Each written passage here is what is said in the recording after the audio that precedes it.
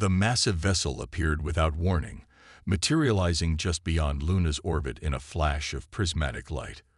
Earth's early warning systems barely had time to register the event before thousands of smaller lights winked into existence around it. The Zenth Alliance had arrived, and humanity's age of isolation was about to end. Dr. Sarah Chen stood at her console in mission control, her hands trembling slightly as she studied the readings. After 15 years of searching for extraterrestrial intelligence, first contact had literally appeared on their doorstep. The alien ship's size dwarfed anything humanity had ever constructed, its crystalline surface reflecting sunlight in mesmerizing patterns. "Energy readings are off the charts," she reported to General Marcus Hayes, who stood stone-faced beside her. Their propulsion system alone could power the entire eastern seaboard for a century. The general's weathered features remained impassive, but Sarah noticed his jaw tighten. "And their weapons capability. If those are weapons platforms surrounding the main vessel," Sarah replied, gesturing to the smaller lights, "then they could likely reduce our major cities to ash before we could launch a meaningful response." The room fell silent as the implications sank in. Humanity's most advanced defensive systems might as well have been slingshots against what they were seeing. The choice to respond peacefully wasn't really a choice at all. The first transmission came 3 hours later, after every major government had been contacted and a hasty global response council assembled. The alien message was surprisingly simple. "We come in peace and friendship, seeking to welcome humanity into the galactic community." The Zenth, as they called themselves, appeared almost human-like in their transmitted images, save for their iridescent skin and slightly larger eyes. They spoke of trade, cultural exchange, and technological advancement. Their diplomatic team, led by Ambassador Vaylor, arrived at the United Nations amid unprecedented security and media coverage. "Your species shows remarkable potential," Vaylor announced to the assembled world leaders, his translated voice smooth and reassuring. "The Zenth Alliance wishes to guide humanity's development, to help you avoid the pitfalls that have befallen other emerging civilizations." Sarah, now part of the scientific exchange team, found herself working closely with the Zenth scientists. They freely shared knowledge about faster-than-light travel, energy production, and medical advances that seemed like magic. But something about their generosity nagged at her. "Why are they so eager to help us?" she asked Dr. James Kumar, her research partner, late one night in their lab. "Advanced civilizations don't usually give away their technological advantages without expecting something in return." James looked up from the Zenth technical documentation he was studying. "Maybe they're genuinely altruistic." Sarah shook her head. "Have you noticed how they always provide just enough information to make their technology work, but never the underlying principles? It's like giving someone a car without letting them look under the hood." The first sign that something was wrong came 6 months after first contact. The Deep Space Research Station Horizon, positioned in the Kuiper Belt, went dark without warning. The Zenth expressed concern and offered to help investigate, but before their assistance arrived, 2 more stations stopped communicating. Sarah was analyzing the last transmission from Horizon when she noticed something odd.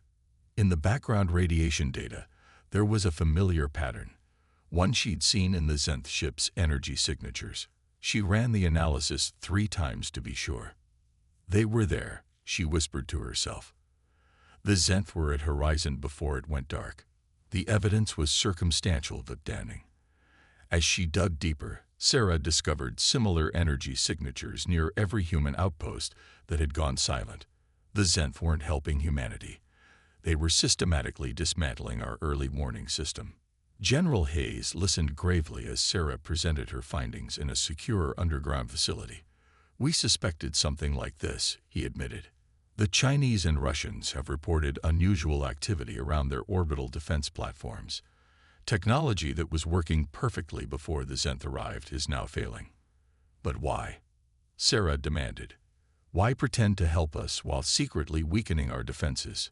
The general's expression was grim. "Because that's how you prepare for an invasion. You disarm your enemy while making them think you're their friend." "What can we do?" Sarah asked. "We're completely outmatched technologically." Hayes smiled for the first time, but it wasn't a pleasant expression. "That's what they think. But while they've been busy dismantling our obvious defenses, we've been quietly studying their technology. Every piece of assistance they've given us has been analyzed, reverse-engineered, and improved upon by teams like yours around the world." Sarah's eyes widened as understanding dawned. "They think they're dealing with naive primitives who simply accept their gifts at face value." "Exactly," Hayes nodded. "Humanity has a long history of adapting and improving upon introduced technology. We've learned more from 6 months of studying their gifts than they intended to reveal in a decade, and we've kept our most important discoveries completely off their radar." As if to punctuate his words, alarms began blaring throughout the facility. A junior officer burst into the room, face pale. "Sir, we're detecting massive energy signatures in near-Earth orbit. The Zenth fleet, they're dropping their peaceful facade. All their ships are powering up weapon systems." Hayes straightened his uniform. "Then it's time to show them what humanity can really do. Dr. Chen, activate Project Phoenix. Let's give our friends a proper welcome." The Zenth were about to learn a harsh lesson. Never underestimate a species that had spent most of its history preparing for war. Their careful plan to subjugate humanity was about to encounter something they hadn't counted on: human ingenuity born of desperate necessity. Project Phoenix wasn't a single weapon or defense system. It was humanity's insurance policy against extinction. Deep beneath the Himalayan mountains, in hardened bunkers that didn't officially exist, thousands of engineers and scientists had been working around the clock since the Zenth's arrival. As the alien fleet positioned itself for attack, Sarah Chen stood in the heart of the facility, surrounded by screens displaying real-time data from across the globe. The Zenth ships had formed a perfect geometric pattern around Earth, their weapons charging with enough power to glass entire continents. "Send the activation codes," General Hayes ordered. Around the world, hidden facilities powered up systems that had been carefully shielded from Zenth detection. The aliens had assumed Earth's power grid was primitive, based on fossil fuels and nuclear fission. They hadn't detected the quantum energy arrays that humans had developed by studying their technology. Ambassador Veller's face appeared on the main screen, his usual diplomatic smile replaced by cold determination. "Humanity's resistance is futile. Your species has shown itself too dangerous to be allowed unrestricted development. Submit now, and we will be merciful." Hayes stepped forward, his voice steady. "You know what your biggest mistake was, Ambassador. You thought we'd just accept your gifts without question. You forgot that humans have been dreaming about space travel and preparing for space warfare for over a century." The first wave of Zenth weapons fire descended toward Earth's major cities, but instead of devastation, the energy beams struck invisible barriers. Shields based on Zenth technology, but modified by human engineers who had spent decades theorizing about energy deflection. "Impossible," Veller whispered, his iridescent skin paling. "You couldn't have developed shield technology so quickly." Sarah allowed herself a small smile. "We didn't just develop it. We improved it. Your shields operate on a fixed frequency. Ours can adapt and modulate in real time." She turned to Hayes. "Sir, the quantum arrays are at full power. Countermeasures are ready." Around the globe, hidden silos opened, but instead of traditional missiles, they launched swarms of small, autonomous drones. Each one carried a miniaturized version of the Zenth's own propulsion system, reverse-engineered and enhanced with human eye. The alien fleet's formation broke as they tried to track thousands of targets moving with unpredictable patterns. The drones weren't attacking. They were analyzing, mapping weaknesses in Zenth shield configurations that human engineers had theorized about but couldn't confirm until now. "Phase 2, Hayes commanded. The drones suddenly changed formation, creating a complex three-dimensional grid around the Zenth ships. Each drone activated a quantum resonance field, creating a web of energy that interfered with the aliens' shield harmonics. "You adapted our technology, Viller accused, real fear showing in his oversized eyes. That's forbidden. Young species cannot be trusted with advanced. We didn't just adapt it, Sarah interrupted. We combined it with technologies we've been developing independently. Your shields work perfectly against energy weapons and traditional projectiles. But how do they handle quantum entanglement disruption? The answer came as several Zenth ships suddenly lost power, their shields collapsing as the drone network created localized areas where quantum mechanics briefly worked differently. Human ships, hidden in underground bases beneath the ocean floor, emerged carrying weapons that looked deceptively primitive. Railguns, Hayes explained to the stunned ambassador. Mechanical weapons enhanced with your own technology. No energy signature for your shields to detect and counter. Just good old-fashioned kinetic energy, delivered at near-light speed. The first volley demonstrated the devastating effectiveness of combining human military doctrine with alien technology. Zenth ships, their shields useless against this hybrid threat, began taking heavy damage. Their formation, designed to deliver overwhelming force against a primitive opponent, left them vulnerable to attacks from multiple vectors. You don't understand what you've done, Viller warned. The Alliance will not allow this level of technological advancement in an uncontrolled species. Sarah stepped closer to the screen. No, Ambassador, you don't understand. Humans don't just copy technology. We innovate. We take ideas and push them in directions their original creators never imagined.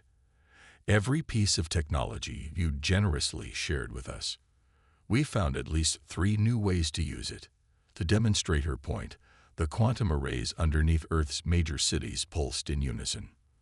The energy pattern matched the Zenth's own FTL drive signatures perfectly, but reversed. Alien ships found themselves unable to activate their faster-than-light drives to escape. The trap was complete. Last chance, Ambassador, Hayes offered. Withdraw your fleet and acknowledge Earth's sovereignty, or we'll be forced to demonstrate just how creative humans can be when we're fighting for survival.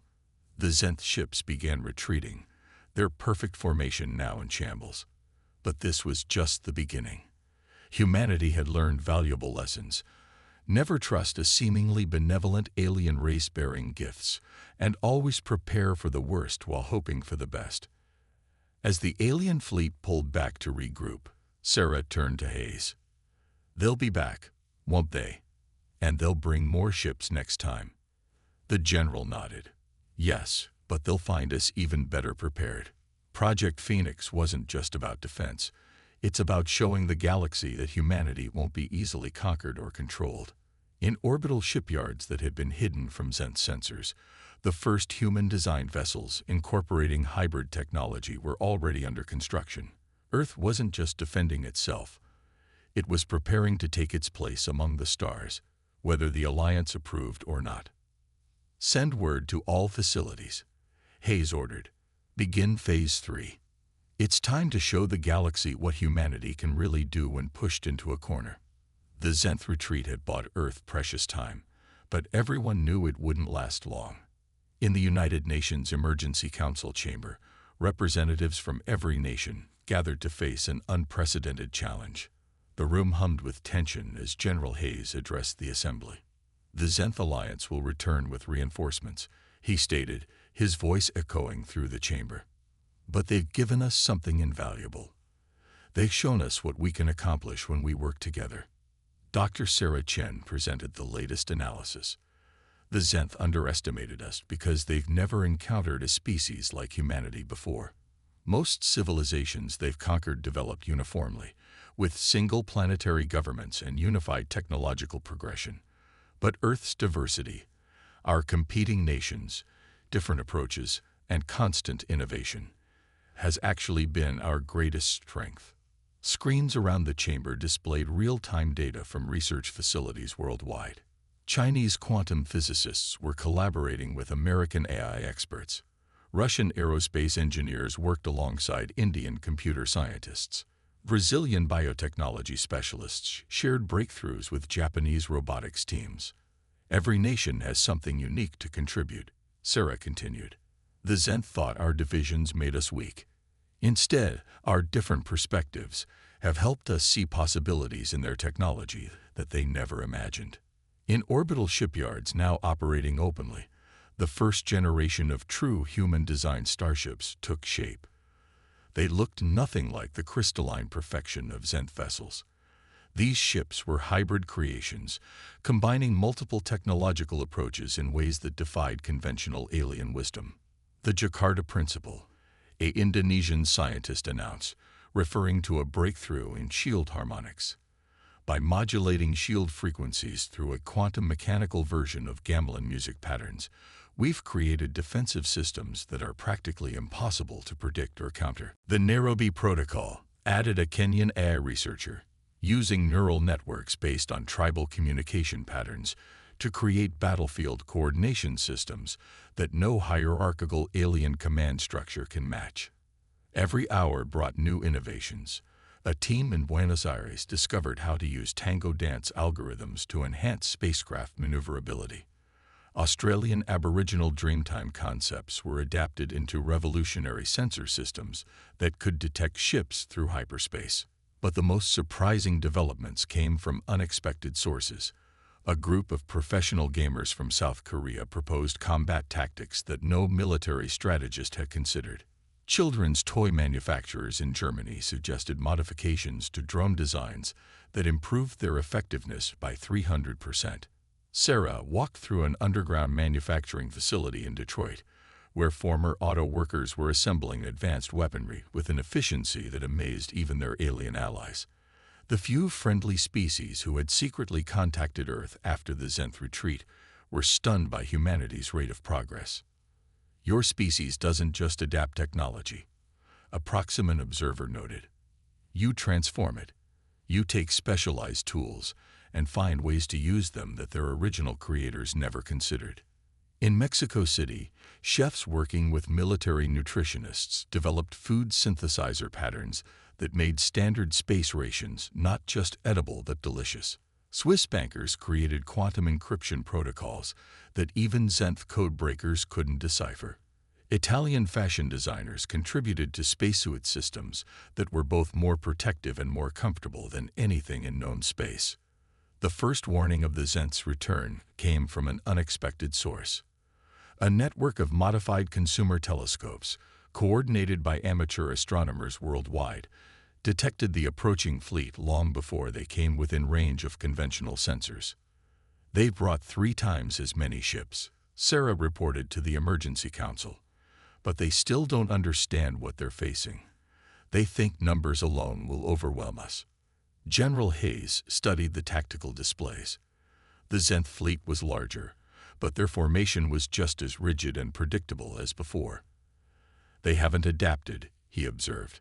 They're following the same strategic doctrine they've used for thousands of years. That's their weakness, Sarah replied. The Zenth believe in perfection, finding the optimal solution and sticking to it. Humanity believes in constant improvement, in trying new approaches even when the old ones work. Earth's defenses were ready, but they weren't just defensive installations. Every system had multiple functions, typical of human ingenuity. Weather control satellites doubled as weapon platforms. Public transportation networks could quickly convert to military supply lines. Even the Internet had been transformed into a vast distributed computing network that could crack Zenth encryption faster than their quantum computers. All defense grids report ready, announced the Brazilian coordinator. Civilian evacuation protocols are in place, but our people are asking to stay and fight. That was another thing the Zenth hadn't counted on. Human civilians weren't cowering in bunkers. They were actively participating in the defense of their world. Taxi drivers formed rapid response teams. Construction workers converted their equipment into mobile repair units. Every smartphone became a sensor in a planetary early warning system. The Zenth think they're facing Earth's military, Hayes told the council. They don't realize they're facing all of humanity. Every person, every skill, every bit of human creativity and determination focused on one goal, survival. Sarah watched as final preparations were made.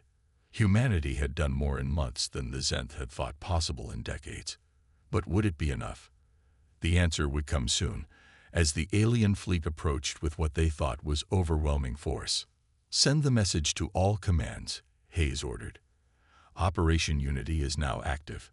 Let's show the galaxy what happens when you back humanity into a corner."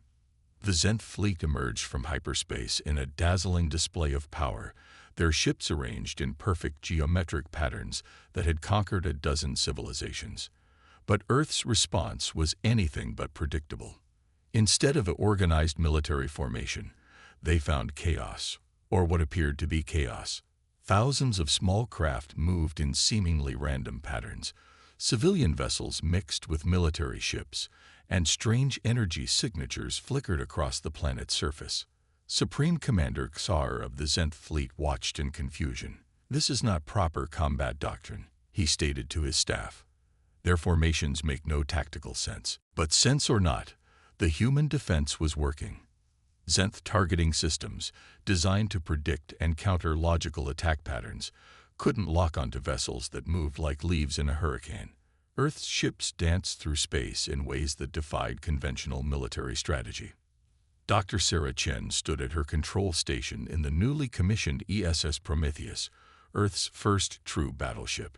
The vessel represented everything humanity had learned about combining different technologies and approaches.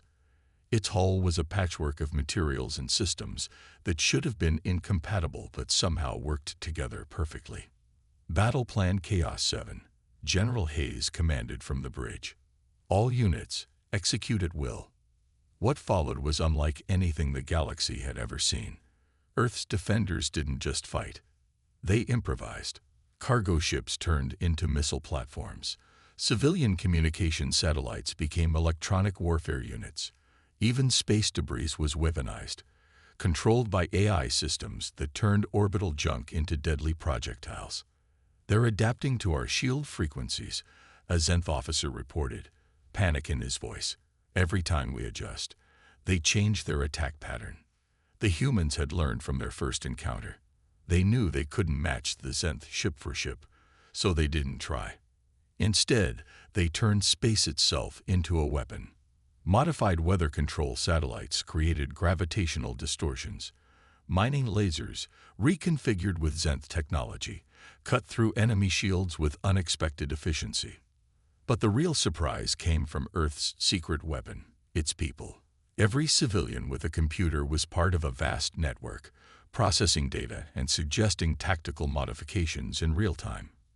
Video game players controlled drone swarms with skills that military pilots couldn't match. Social media analysts predicted Zenth fleet movements with startling accuracy. "Sir," Sarah called out, "the Mumbai team has cracked their command encryption. The Bangalore Gaming Collective has already programmed new attack patterns based on the data." The Zenth fleet's perfect formation began to break apart as they faced attacks from directions they hadn't thought possible.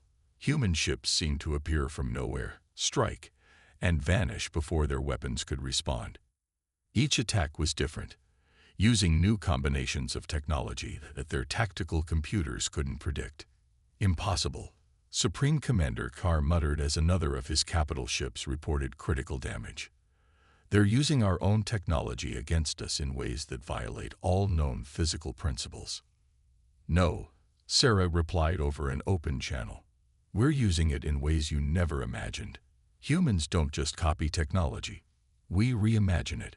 We see possibilities where you see limitations."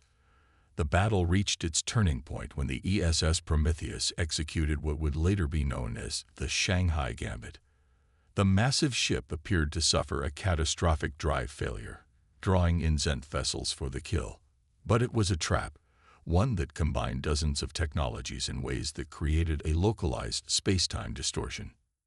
When the dust settled, an entire wing of the Zenth fleet found themselves disabled, their sophisticated systems overwhelmed by what their tactical officers would later describe as technological heresy. "You still don't understand, do you?" General Hayes transmitted to the Zenth command ship. "You gave us access to advanced technology thinking we'd use it exactly as you do. But humans don't work that way. We experiment.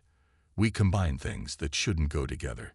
We break rules you don't even know exist. The remaining Zenth ships began to retreat, their perfect military doctrine shattered by human unpredictability. But Earth wasn't finished. Hidden hyperspace beacons, deployed months ago by civilian shipping vessels, activated. The Zenth fleet found their retreat paths blocked by gravity distortions based on their own drive technology, but modified in ways their engineers had never considered. All ships, execute Operation Checkmate, Hayes ordered. Earth's fleet moved as one, but not in the rigid formations the Zenth expected. Each ship followed its own course, its own tactical doctrine, all somehow working together in a symphony of controlled chaos. Modified communication satellites created a web of quantum entanglement, linking every vessel in ways that made their movements impossible to predict. Supreme Commander Xar watched in horror as his fleet's carefully planned retreat turned into a rout. Human vessels slipped through gaps in their defenses that shouldn't have existed. Weapons struck from angles that their tactical computers insisted were impossible. Perhaps, Sarah suggested over the still-open channel, it's time to reconsider your assessment of primitive species. Humanity doesn't just want to survive. We want to thrive. And we'll do it our way, not yours. The chamber erupted in discussion as delegates processed the implications. Humanity wasn't just surviving among the stars. They were reshaping the very nature of galactic civilization. Their universities were already filling with alien students eager to learn human thinking. Their research facilities were flooded with collaboration requests from species who had previously dismissed them as primitives. We propose a new framework for galactic relations, Hayes announced. One based not on age or technological advancement, but on the ability to contribute unique perspectives and innovations. Earth is prepared to share all our developments, both technological and methodological. The impact of this offer was immediate. Species that had been bound by rigid technological hierarchies for millennia saw an opportunity for genuine advancement. The human approach to problem solving, combining different viewpoints, encouraging unconventional thinking, and valuing innovation over tradition, offered a fresh path forward. The galaxy is changing, the Arxer representative observed. The question is not whether to accept humans as equals, but whether we're prepared to learn from them as they learn from us. One by one, the delegates began to signal their support. Even the Zenth, recognizing the shifting winds of galactic politics, reluctantly agreed to normalize relations with Earth. The age of rigid hierarchies was ending, replaced by something more dynamic and adaptable, something more human. As the conference concluded, Sarah stood at a viewport, watching ships from dozens of species moving through space around the station. Among them, human vessels. The battle ended not with a dramatic final explosion, but with something more profound. The complete collapse of everything the Zenth thought they knew about warfare and technology. Their remaining ships flowed into hyperspace, leaving behind a graveyard of destroyed vessels and shattered assumptions about humanity's capabilities. Send word to the Council, Hayes ordered as the last Zenth ship disappeared. Phase 1 of Operation Unity is complete. Begin Phase 2, the expansion. Sarah looked at the tactical display, where friendly signals from Earth's combined fleet shone like stars. They'll be back, she said, and they'll bring allies. Hayes nodded. Yes, but next time we won't be fighting for survival. We'll be fighting to show the galaxy that humanity isn't just another species to be conquered or controlled. We're something entirely new. The ESS Prometheus turned toward Earth, its hybrid drives humming with power that its creators had never imagined possible. Humanity had passed its first real test among the stars. But everyone knew this was just the beginning. 3 months after the Battle of Earth, the galaxy was still reeling from its aftermath. The defeat of the Zenth fleet had sent shockwaves through the established powers, forcing them to reevaluate everything they thought they knew about emerging civilizations. In a vast conference chamber aboard the neutral station Centaurus Prime, representatives from 20 major galactic civilizations gathered to discuss the human question. Dr. Sarah Chen and General Hayes represented Earth, sitting confidently at a table that until recently would have been denied to their primitive species. "The humans have upset the natural order," declared the Zenth ambassador, his iridescent skin dulled with stress. "Their rapid technological advancement poses a threat to galactic stability." A ripple of agreement passed through some of the delegates, but others showed signs of different emotions: curiosity, interest, and even admiration. The Arxer representative, an ancient species known for their careful neutrality, raised a tentacle for attention. Perhaps what the Zenth perceive as a threat is actually an opportunity. The humans have demonstrated something unprecedented: the ability to take existing technologies and reimagine them in ways none of us considered possible. Sarah stepped forward, activating a holographic display that showed Earth's latest innovations. "We're not interested in conquest or domination," she explained. "Humanity wants to be part of the galactic community, but as equals, not as subjects." The display showed human ships working alongside vessels from other species, demonstrating new techniques for hyperspace navigation, shield harmonics, and energy efficiency. In the 3 months since the Zenth retreat, Earth had already established trade relations with a dozen worlds that had previously been too afraid of Zenth reprisal to approach them. "Look at what they've accomplished in medicine alone," the Proximan delegate observed. "Their combination of our healing technology with their own biological research has created treatments none of us thought possible." It was true. Human medical researchers had taken standard galactic medical tech and applied it in revolutionary ways. Cancer treatments that had stumped alien doctors for centuries were being solved by human physicians who approached the problem from completely different angles. "But they're unpredictable," the Zenth ambassador protested. "They don't follow established protocols. They modify technology without proper testing cycles. They innovate," interrupted the Maran representative, whose species was known for their artistic achievements. "We've grown stagnant, all of us. We found efficient solutions and stopped looking for better ones. The humans remind us of something we'd forgotten: the joy of discovery, the thrill of finding new ways to solve old problems." General Hayes stood, his presence commanding attention. "Earth doesn't want to disrupt your civilization, but we won't be confined by it either. We're offering something new, partnership based on mutual growth and innovation." The evidence was compelling. Human shipyards were already collaborating with alien engineers, creating hybrid vessels that outperformed traditional designs.